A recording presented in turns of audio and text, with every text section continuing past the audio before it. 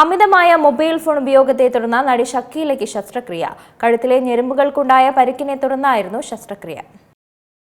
മണിക്കൂറുകളോളം മൊബൈൽ ഫോണിൽ ഗെയിം കളിച്ചതിനെ തുടർന്ന് കഴുത്തിലെ ഞരമ്പുകൾക്ക് ഗുരുതരമായി പരിക്കേറ്റു.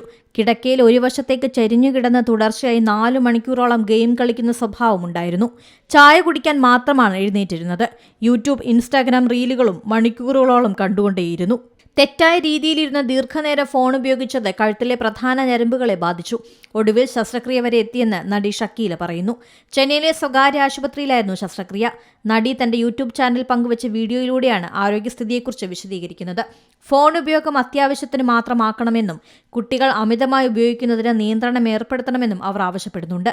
3 ലക്ഷം രൂപയോളം ശസ്ത്രക്രിയയ്ക്കായി ചിലവായെന്നും ഷക്കീല പറഞ്ഞു. News desk Zee Malayalam news. ഏറ്റവും പുതിയ വാർത്തകളും വിശേഷങ്ങളും വിരൽ തുമ്പിലറിയാൻ സീ മലയാളം ന്യൂസ് എല്ലാ ഡിജിറ്റൽ പ്ലാറ്റ്ഫോമുകളിലും ലഭ്യം.